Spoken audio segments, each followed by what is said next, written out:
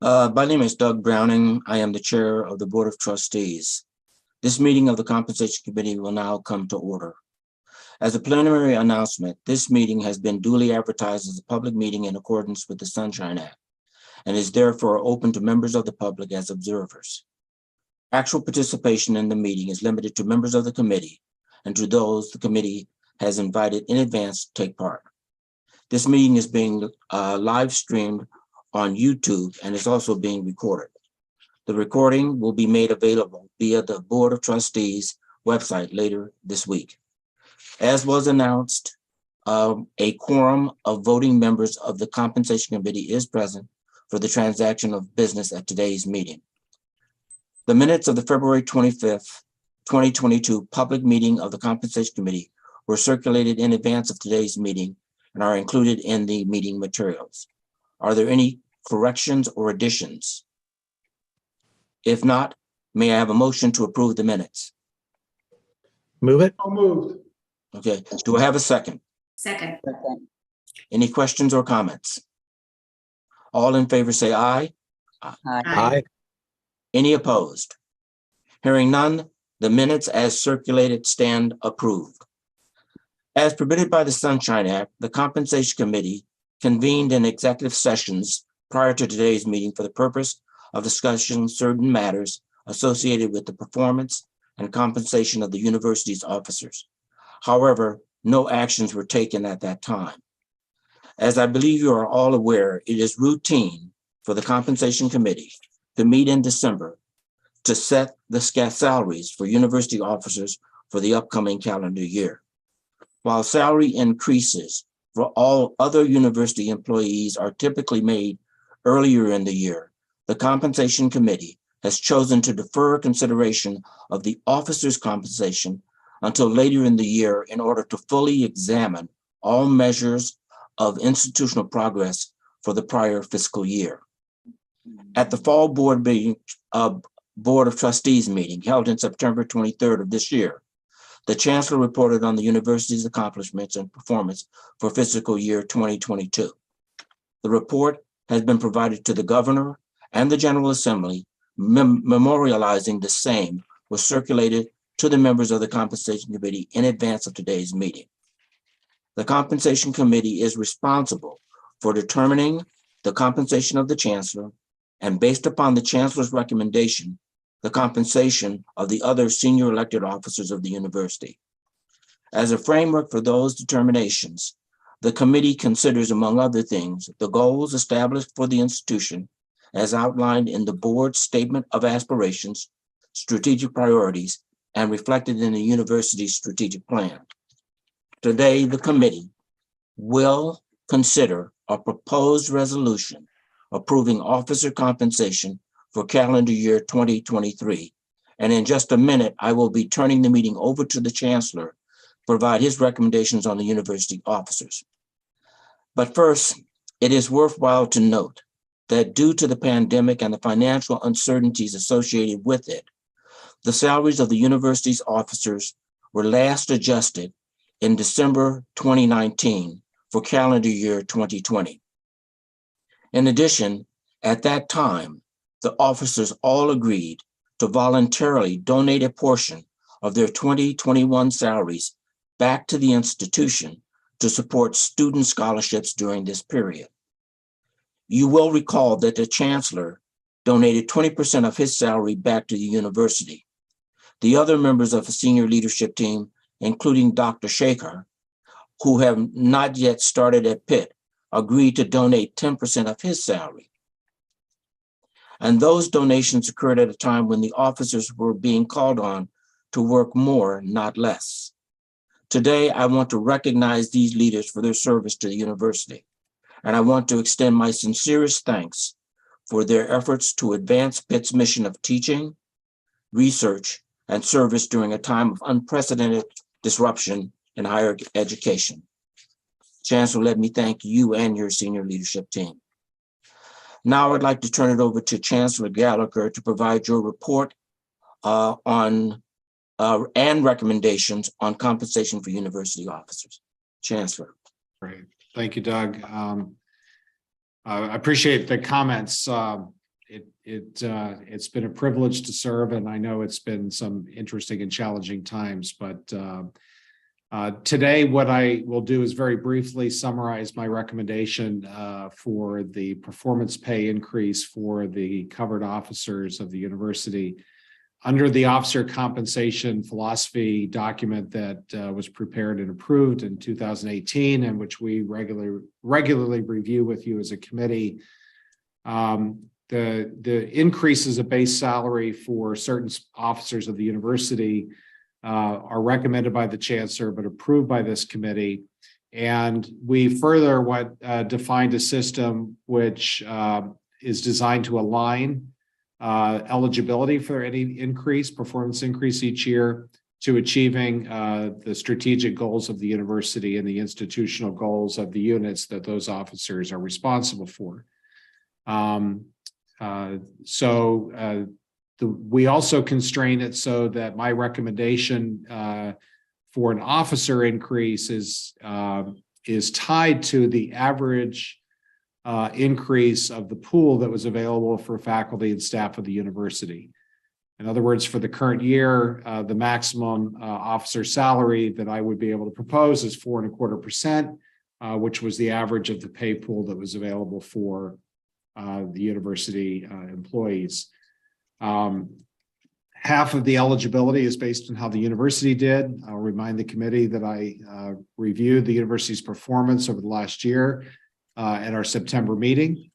And the other half is based on the officers' performance, as I said, both on strategic goals and institutional goals of the units they supervise. The covered officers include the provost and senior vice chancellor, the senior vice chancellor for the health sciences, and the John and Gertrude Peterson Dean of the School of Medicine, the senior vice chancellor for research, senior vice chancellor and chief legal officer, the senior vice chancellor for business and operations, the senior vice chancellor and chief financial officer, the chief investment officer of the university, the treasurer of the university, and the vice chancellor and secretary of the board of trustees.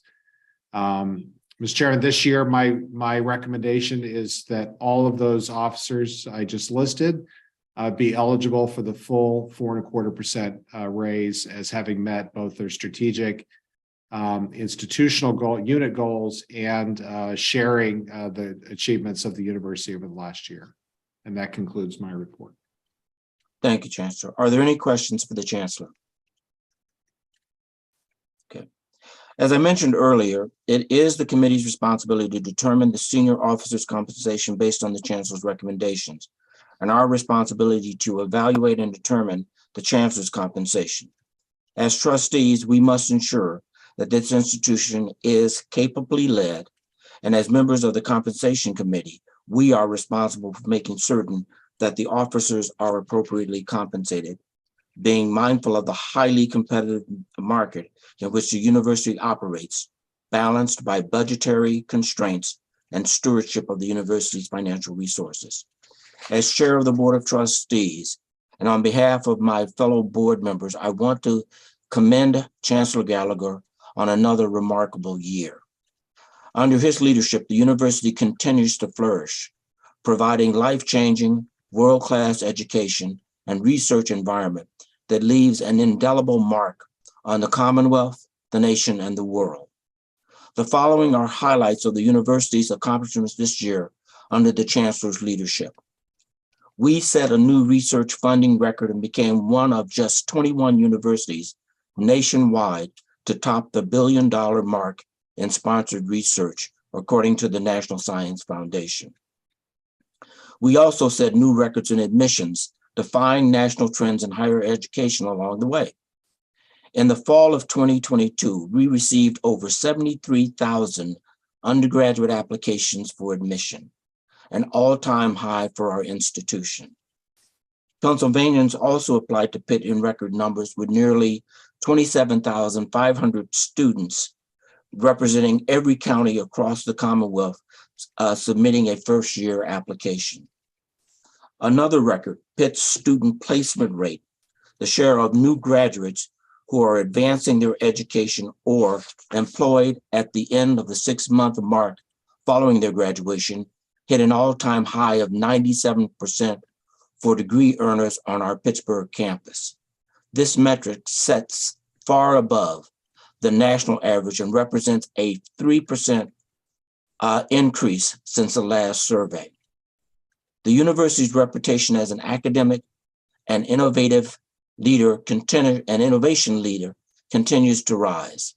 One example, in 2022, 53 Pitt students earned national or international awards, including 12 National Science Foundation Graduate Research Fellows, 5 Fulbright scholarships, a Goldwater Scholarship, a Churchill Scholarship, and a Marshall Scholarship. Our programming is also earning recognition and praise. For instance, the U.S. Department of Education recently awarded all 6 of Pitt's Global and Area Studies Centers with an unprecedented 12 awards totaling more than $11 million. And our network of partners continues to expand. In the last year, we've advanced substantial collaborations with public and private sector leaders, such as the Richard K. Mellon Foundation, Carnegie Mellon University, the University of Pittsburgh Medical Center, the Commonwealth of Pennsylvania, and more. And finally, Chancellor Gallagher himself has emerged as one of the most sought-after leaders in the educational sector. 2 timely examples. He's just finished his term as chair of the Association of American Universities Board of Directors and is the newly named chair of a Workforce Development and Education Transition Committee for future Pennsylvania Governor Josh Shapiro. Such roles shine a bright spotlight on the university and give Pitt a powerful view, voice, and seat at the table. These accomplishments, which are just a few of many examples, are a source and should be a source of great pride for our university. And they help to position our institution in Pitt, faculty, staff, and students to excel and lead the way for years to come. With respect to the Chancellor personally, I have enjoyed working with him both during my short time as chair and throughout his time as chancellor. I have found him to be of the highest integrity and a great strategist. But most importantly, he is passionate about Pitt and about the success of our students, our faculty, and our staff. Following with consultation with the other members of this committee, I am recommending a 4.25 increase to the chancellor's salary, consistent with the recommendation he has made for the university officers, and in light of the university's institutional progress and his leadership. In advance of today's meeting, a background statement and a resolution was circulated to members of this committee that reflects the compensation adjustments discussed today. May I have a motion for approval of officer compensation for calendar year 2023? So moved. Do I have a second? Second. Any questions or comments? All in favor say aye. Aye. Aye. Any opposed? Hearing none, the resolution stands approved. Is there any new business before this committee today? Mr. Chairman, I just want to express thanks to the members of this committee and to the board for all of your support. We appreciate all the great comments, but it's a team effort and we couldn't have done it without a great board supporting us all along the way. So thank you. And I want to thank all of the members of this committee for the hard work you've put into this and for your deliberations on these issues. I want to wish everyone a very safe, enjoyable, and happy holiday season and a happy new year. I want to thank all of you again for being part of this effort. Chancellor, thank you and the team. Helder Pitt, if there's nothing else, this meeting is adjourned. Thank you all. Have a great holiday. Happy holidays. Thank Happy you. holidays to everybody. Happy New Year.